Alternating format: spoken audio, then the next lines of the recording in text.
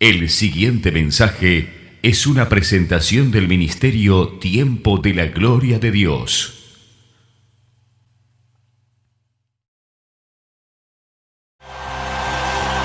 Gracias, Señor. Cuán grande eres tú, Señor. Cuán grande eres tú, inmenso, poderoso, verdadero, real para nuestras vidas.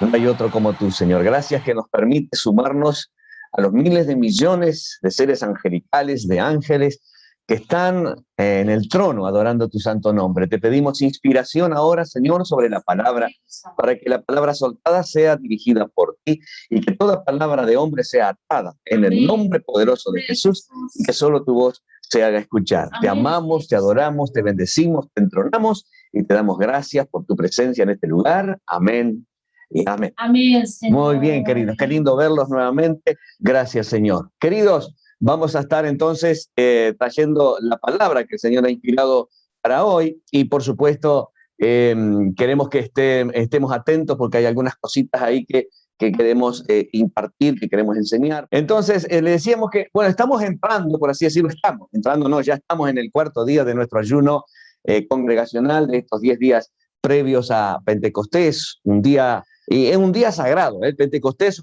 pero hoy también, un Yom Tov, ¿no? Yom Tov, un día de mucha relevancia, una de las fiestas mayores, ¿no? Sin embargo, quiero decirle que estamos corridos, no sé por qué razón, por alguna manera estamos corridos una semana con respecto al Shavuot, ¿no? Al Shavuot, esta palabra Shavuot significa semanas, ¿no? Te quiero hacer un poquito de historia. Nosotros sabemos que se cuentan 7 semanas cumplidas, dice la Escritura en Levítico 23, y a los 50 días después del Pesaj, después de la Pascua, cuando el pueblo sale de Egipto, camino al desierto, se encuentra Moisés en el monte de Sinaí el día 50, y ahí recibe la Torá, recibe los 10 mandamientos. Este es el significado para el pueblo judío, ¿verdad? Nosotros recordamos también, como este evento así similar, recordamos que Jesús es el verbo, Jesús es la palabra, todo lo que está escrito acerca de él, la ley y los profetas apuntan a él mismo lo dijo, la ley y los profetas apuntan al Señor, él es la palabra, él es el verbo, y este verbo, dice Juan, se hizo carne, vivió entre nosotros y fue entregado, ¿no? Fue entregado también, así como Dios entregó a Moisés en el Sinaí las tablas de la ley, el verbo, la palabra, también el Señor fue entregado para darnos vidas, semejante a lo que el Todopoderoso hizo en el monte. Es una fiesta, queridos, de mucha alegría, de mucha alegría. La tradición que cuando Moisés recibió las tablas, el monte Sinaí se llenó de flores. Así que tradicionalmente, ¿no? Tenemos hermanas acá que nos pueden confirmar esto, no sé si es así. Es un tiempo muy hermoso para hermosear la casa, decorar la casa con flores y compartir cosas hermosas, ¿no? En Shavuot se suele dar lectura de los 10 mandamientos y también se lee el libro de Ruth. ¿Se acuerdan Ruth? Es una historia muy, muy conocida, la moabita que se convierte a la fe de Naomi, ¿no? A la fe de Noemí. Ella dijo, tu pueblo será mi pueblo y tu Dios mi Dios. Entonces, en el paralelismo yo te quiero decir que en estas fiestas también, acuérdense lo que pasó en el Pentecostés, hubo una conversión de unas 3.000 personas a la fe de los primeros apóstoles que también dijeron, varones hermanos, ¿qué haremos? Y se les dijo, arrepentíos y convertíos, ¿no? Arrepiéntanse y bautícense cada uno, ¿no? En el nombre del Señor. Y en otra oportunidad, arrepentíos y convertíos para que venga de la presencia de nuestro Dios tiempos de refrigerio, ¿no? Para que cuando uno se arrepiente, uno se convierte a la fe, a creer en el Señor, de la presencia del Señor vienen estos tiempos de refrigerio, tiempos como lo que estamos platicando ahora, que son tiempos de alegría, de gozo, pues debido a esta gran fiesta. Algo muy poderoso que es tradicional en el pueblo y que nos enseña una realidad espiritual, escuchen bien, es que cocinar los alimentos, calentar algo, varios etcétera, no se puede encender un fuego nuevo durante la fiesta, ¿ah? En primer lugar, el fuego no se puede apagar. Acuérdense lo que decía ya, ¿no? El fuego del altar no se puede apagar. Bueno, en esta fiesta también se tiene que usar una llama preexistente. Antes de que la fiesta comience, ¿ah? Antes de la celebración, el fuego debe mantenerse encendido. ¿Ah? Eso es muy importante, ¿no?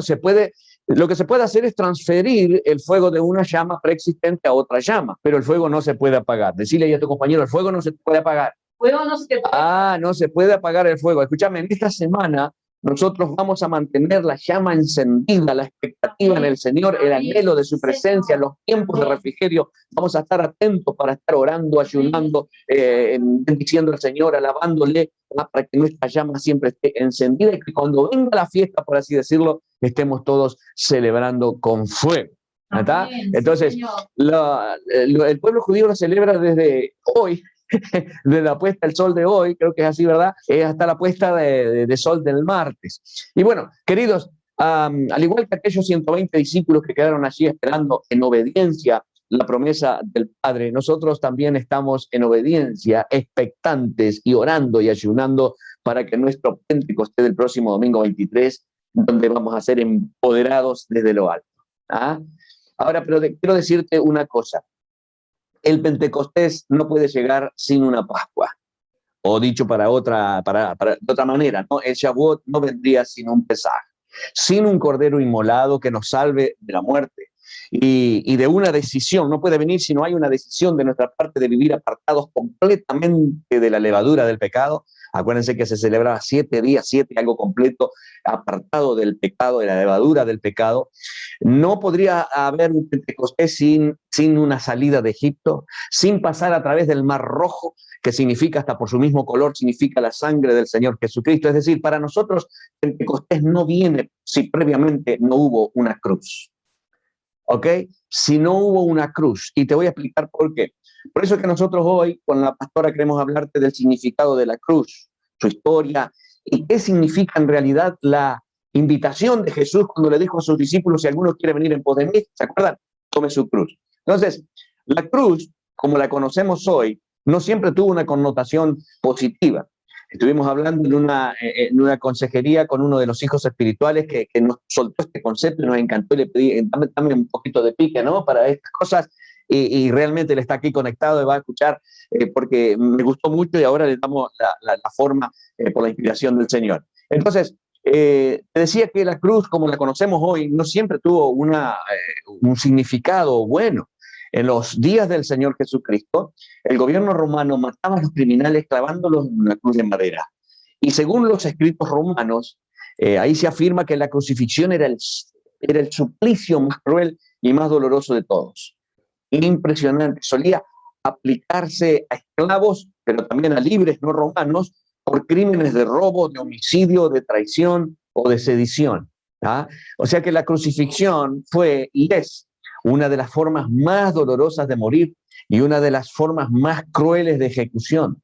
¿Ah? Clavos grandes eran clavados ahí a través de las manos y los pies del criminal, una muerte lenta. A menudo se lograba la muerte recién de varios días de sufrimiento. Impresionante, un desastre. Escuchen, después de la condena, cuando ya le daban el ultimátum, ya le decía: bueno, estás con el reo, se le aplicaban al reo los azotes prescriptos, y solían ser tan violentos estos azotes que a menudo no aguantaban y morían en ellos, no llegaban a la crucifixión. Hasta el lugar de su ejecución se le obligaba al reo, que iba custodiado por 4 soldados, a que portara el patíbulo. Y junto al patíbulo, junto a él, el título por el cual se describía el crimen. ¿Por qué eran que lo estaban linchando? ¿Por qué eran que lo estaban matando? Por eso, y esto me llama la atención, que al no encontrar crimen, Pilato, la inscripción de él sobre la cabeza de Jesús en la cruz fue: Jesús Nazareno, Rey de los Judíos. Mirá el motivo que encontró Pilato para ejecutarlo. Ese no fue el crimen. El crimen de él fue eso: haberse proclamado rey.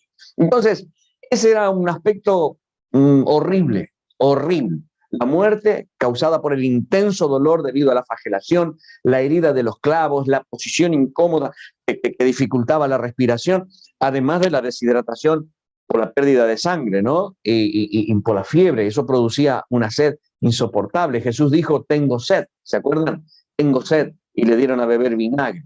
Bueno, pero además de todo esto, todavía tenemos que añadir la vergüenza de verse desnudo, porque para un judío es como una violación andar exhibiendo todo. Y peor todavía, recibir las burlas y los insultos de los curiosos transeúntes que pasaban por ahí, porque las cruces normalmente se colocaban en caminos públicos. Por eso dice el capítulo 27 y verso 39 de Mateo dice, y los que pasaban le injuriaban, meneando la cabeza, ¿no? Como haciéndole reverencia y diciéndole cualquier barbaridad, ¿no? Para la gente de aquellos tiempos, morir clavado en un madero, queridos, fuera de los muros de Jerusalén, donde se ajusticiaba a los criminales, era lo más degradado, lo más humillante que podía existir. Entonces era caer en la maldición de los cadáveres colgados en un lugar público. ¡Wow! Gálatas 3:13 dice, maldito todo aquel que es colgado en un madero.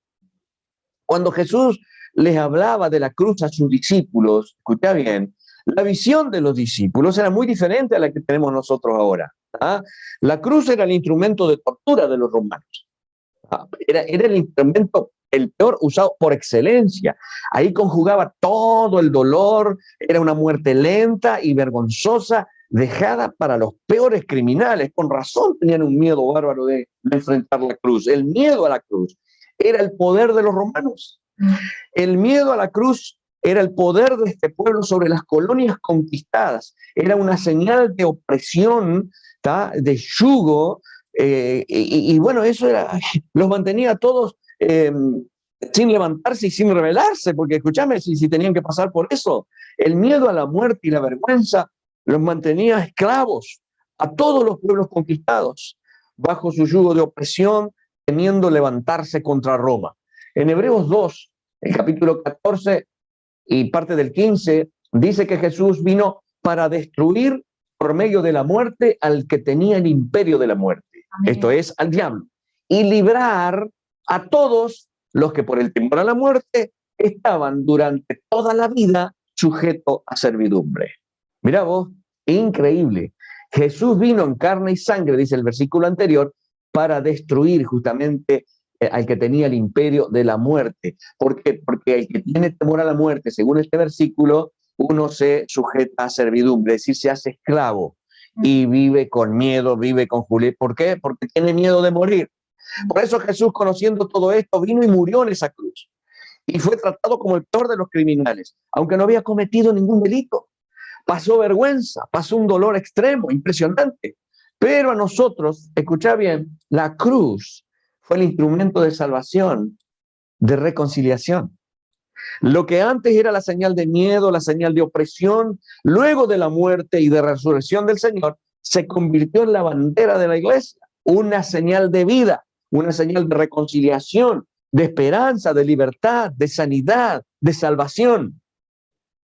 Los discípulos, queridos, llevaron y predicaron la cruz como la salvación y la vida, dándole un nuevo significado u otro significado a la cruz. Le quitaron al enemigo su poder sobre un instrumento de sufrimiento y muerte, convirtiéndolo en un instrumento de salvación y vida hasta nuestros días. ¿Cuánto dicen gloria al Señor?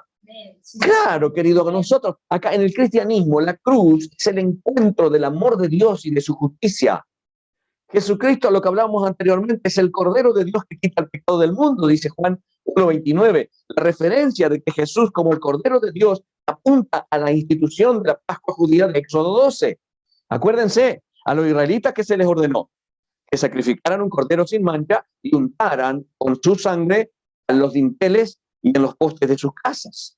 Entonces la sangre del cordero sería la señal para que el ángel de la muerte pasara sobre Pascua, Pesaj, pasar por encima de esa casa y le dejaba total seguridad a los que estaban ahí porque estaban cubiertos con la sangre. ¿Cuántos están cubriendo con la sangre del cordero acá? Gracias, Señor, que no toca nuestra casa la muerte, por así decirlo. Estamos hablando de una muerte espiritual, pero también nos guarda de todo lo otro. En aquel tiempo fue la muerte física. Muy bien, entonces cuando Jesús vino a ser bautizado por Juan el Bautista lo mira, lo discierne, lo reconoce y dice, he aquí el Cordero de Dios. Sí, Señor. Que quita el pecado del mundo. Juan 1:29. ¿Ah? Entonces, Juan pudo identificar a Jesús. Juan pudo discernir el plan de Dios. Juan pudo entender que él era el que iba a ser sacrificado por el pecado y que ese no le tenía miedo a la cruz. La pregunta es, nosotros como Cristos, chicos, ¿no? Cristianos, pequeños Cristos, ¿le tenemos miedo a la cruz? ¿Te asusta la cruz? Pregúntale ahí y decirle, ¿te asusta la cruz? ¿Te asusta la cruz? ¡Ah! Todo depende del punto de vista que lo veas. Así es. Si lo mirás desde antes del sacrificio de Jesús o después del sacrificio de Jesús. Y vamos a hablar un poquitito de ese tema.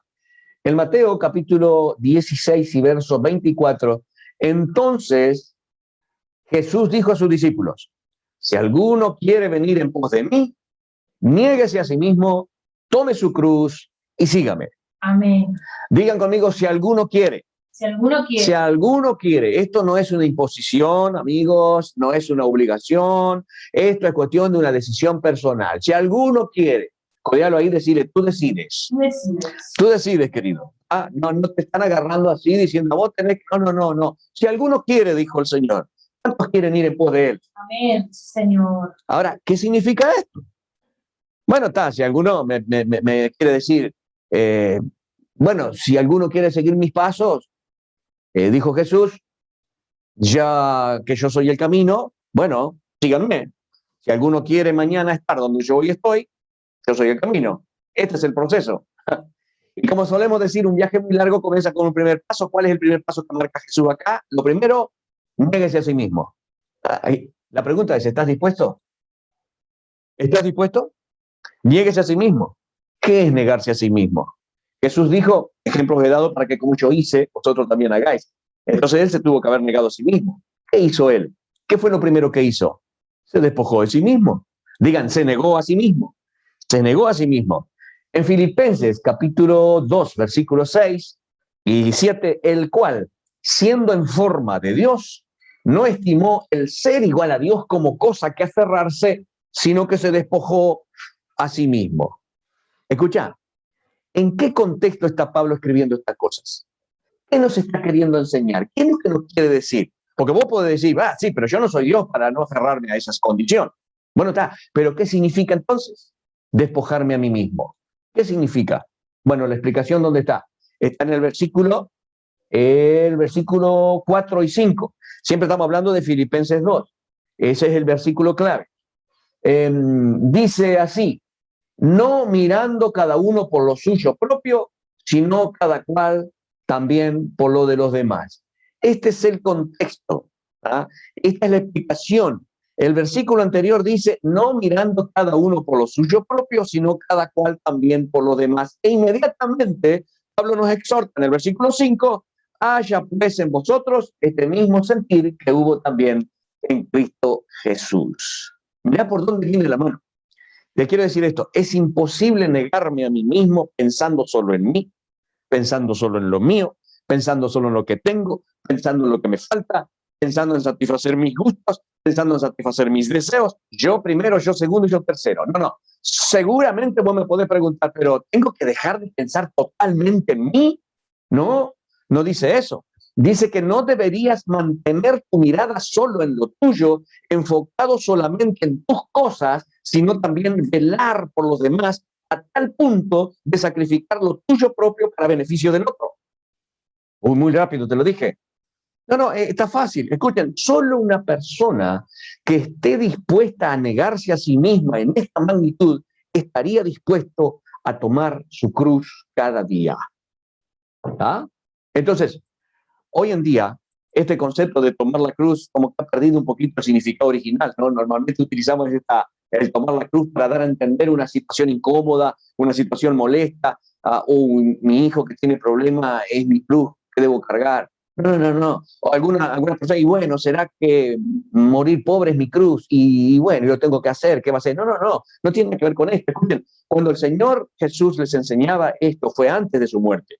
La perspectiva que tenían los pobres discípulos era mirar esa cruz con el temor que tenían, evidentemente. Los discípulos solo podían entender que acarrear su cruz implicaba sufrimiento, implicaba desesperación, implicaba muerte. No lo entendieron en primera instancia, pero lo entenderían después. Amén. Gracias, Señor. ¿Y después de qué?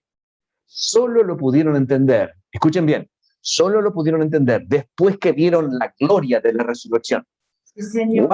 Wow. Manifestación de su gloria mediante el proceso de la purificación. Escuchen, nosotros seguimos con la misma escritura de Filipenses, y vamos a ver realmente qué fue lo que hizo Jesús. Ya, se despojó de sí mismo.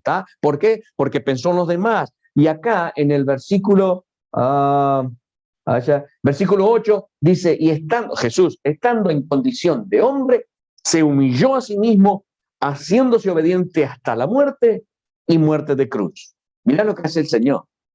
El Señor, al pensar en nosotros, pensó más en nosotros que en Él mismo. Obedeció en todo hasta la muerte. ¿Y qué fue lo que pasó? ¿Cuál fue el premio de todo esto? ¿Cuál fue la consecuencia de haber tomado su cruz? Versículo 9. Y dice, por lo cual Dios también le exaltó hasta lo sumo y le dio un nombre que es sobre todo nombre.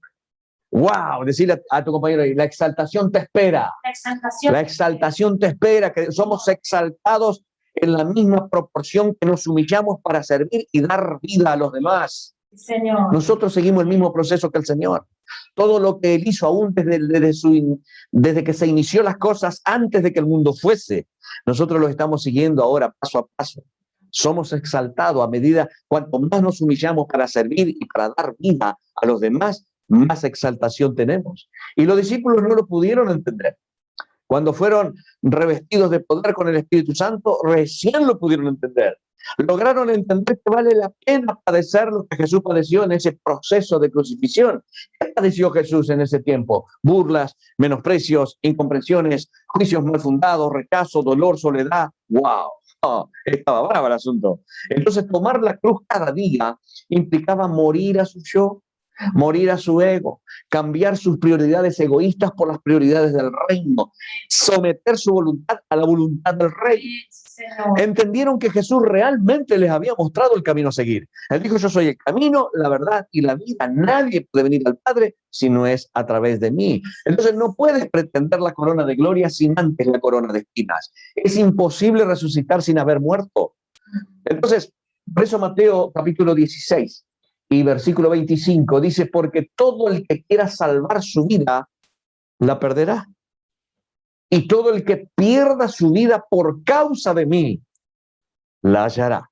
Amén. Gracias, Señor. Y mira, vida eterna, lo primero, el regalo más grande, la vida eterna que el Señor nos regala, impresionante. ¿Por qué? Porque Él desde el principio pensó más en nosotros que en Él mismo, a tal punto de despojarse de ser Dios, lo abandonó todo, vino, se humilló, llegó a la altura nuestra, se humilló más todavía, a tal punto se humilló que fue hasta la muerte y muerte de cruz. Lo peor de lo peor. ¿Para qué? Para que luego el versículo que estábamos hablando tenga acción. Fue exaltado hasta lo sumo. ¿Ah? Gálatas reitera aquí este tema de la muerte, de la naturaleza pecaminosa, del yo, del ego, de toda la inmundicia que tenemos, y para resucitar a caminar en una vida nueva por medio de Cristo. El capítulo 2 y el verso 20, el último versículo, te lo leo, dice, con Cristo estoy juntamente crucificado. ¿Cuántos están crucificados con Cristo? Si estás juntamente crucificado con Él, tu carne está crucificada, no puede actuar. Y dice, ya no vivo yo, mas vive Cristo en mí. Amén. Y lo que ahora vivo en la carne, lo vivo en la fe del Hijo de Dios, el cual me amó y se entregó a sí mismo por mí. Gloria a Dios. ¿Cuántos dicen gloria a Dios? Gloria al Señor. Escuchen, debido a que Jesús tomó su cruz, murió, pero ahora está vivo. ¿Cuánto damos gracias al Señor que Él está vivo? La cruz ya no es un símbolo de la muerte. Ahora es un símbolo de esperanza, un símbolo de victoria para que todos los que creen puedan recibir lo que Él está ofreciendo. Hay perdón de nuestros pecados, hay esperanza después de la muerte. Jesús venció la muerte, queridos. Venció la muerte que merecíamos para que podamos tener la vida que no merecíamos. Sí, Y decime si eso no es hermoso. Eso es precioso, querido. Por eso que esta palabra, más allá de ser una palabra de orientación, es de que te entusiasme, porque la misma Escritura dice que nosotros debemos hablar estas cosas hasta que Él venga y que nos enfogocemos, dijo la pastora, ¿no? Toda enfogosada, dijo Ana María, ¿no? ¿Ah? Para que haya un entusiasmo en nosotros, haya algo impresionante de poder decir, wow, Señor, lo que hiciste, y yo a veces no estoy dispuesto a... ¿Qué le tenés miedo a la muerte? Bueno, obviamente que tenemos que cuidarnos y estamos hablando de otras cosas, ¿no? Pero el hecho de padecer, aparte la Escritura dice que nosotros debemos completar las tribulaciones de Cristo. O sea que nosotros tendríamos que estar dispuestos a pasar por esos momentos difíciles, pero con la esperanza que Él mismo, Él no perdió el gozo, Él no perdió la... No. a pesar de todo lo que pasó. Y nosotros como hijos de Él podemos pasar por esas situaciones, podemos pasar por burlas, podemos pasar por tantas cosas malas, pero lo importante no es lo que te pasa a ti, sino lo que pasa en ti. Amén. Lo importante es cómo tú reaccionas ante las situaciones. ¿Ok? Entonces, evidentemente, nosotros siempre reaccionamos de acuerdo a cómo nuestra cabecita ha funcionado siempre. Pero cuando Cristo está en nosotros, la manera de reaccionar siempre va a ser como reaccionó Jesús. ¿Cómo reaccionó Jesús ante la cruz? La llevó. ¿Sufrió? Claro. Dijo, si fuera posible, pasa de mí esta copa. Estaba difícil la situación. Sin embargo, él dijo, pero no se haga mi voluntad, sino la tuya. ¿Cuántos de nosotros estaríamos dispuestos a decir, Señor, está brava la cosa? La mano viene brava, pero que no se haga mi voluntad, sino la tuya. ¿Cuántos están dispuestos? Levantame la mano ahí, si está dispuesta a decirle eso al Señor. Bueno, 1, 2, 3, 4. Todos. Acá veo solo una pantalla nomás, cambiar la otra pantalla, quien levanta la... ok, queridos, entonces, está bueno de que podamos entender que todo lo que nosotros pasamos en esta vida sirve para forjar carácter, para aumentar fe, y que evidentemente si amamos al Señor, y les pregunto, ¿aman al Señor? Sí, papá. Si aman al Señor, si están acá, seguramente que aman al Señor. Entonces, si aman al Señor y conocen el propósito por el cual fueron llamados, todas las cosas le ayudan a bien. Amén. No lo entienden ahora, porque el Señor en su soberanía toma decisiones que nosotros no lo podemos entender y aparentemente juega en nuestra contra. Sin embargo, Él transforma toda maldición en bendición y hace que esas cosas que no las entendías, ahora, cuando llega el momento de entender a la luz de su guía, entonces va a decir, wow, Señor, gracias por haber permitido esto, porque si no hubiera pasado esto, tampoco pasaba aquello. Por eso te dije al principio, si no hubiera pasado el Pesaj, si no hubiera Pascua, tampoco iba a haber Pentecostés. ¿Ok? ¿Por qué razón? Porque es necesario que se cumpla los planes que Dios tiene establecidos para la humanidad, pero también para tu vida. El Señor marcó también las fiestas solemnes del Señor, las marcó para tu vida. Es necesario de que tú celebres la Pascua. Es necesario que tú te apartes del pecado durante 7 días de levadura. Es necesario que disfrutes de los primeros frutos, de la primicia de la fiesta de la semana, que recibas el Espíritu Santo. Es necesario que hagas ese ayuno pidiendo remisión de pecado, Yom Kippur. Es necesario de que celebres la fiesta de las trompetas. Es necesario de que celebres la venida del Señor Jesucristo en tu vida. Es necesario que disfrutes de un tiempo de regocijo familiar en la fiesta de los tabernáculos. Y es necesario que el último y gran día pueda ser juzgado y que puedas entrar al reino de los cielos. Las fiestas solemnes del Señor, que está establecido en Levítico 23 y en otros lugares, también fueron establecidas para tu vida. Es un plan que Dios tiene para la humanidad, pero también para tu vida. Y es algo impresionante. Así que, queridos, esperamos entonces que con esta palabra puedas haberla recibido en tu corazón, disfrutarla en el corazón, seguir buscando con fuego no dejes que el fuego se apague, porque cuando llegue la fiesta no podés estar encendiendo la fogatita, tenés que tener siempre el fuego encendido, ¿ok? Y estamos hablando de ese fuego espiritual que te mantiene en comunión con el Señor, alabando, adorando, ministrando, dando, sirviendo, viendo de llevar algunas otras cositas, de agasajar.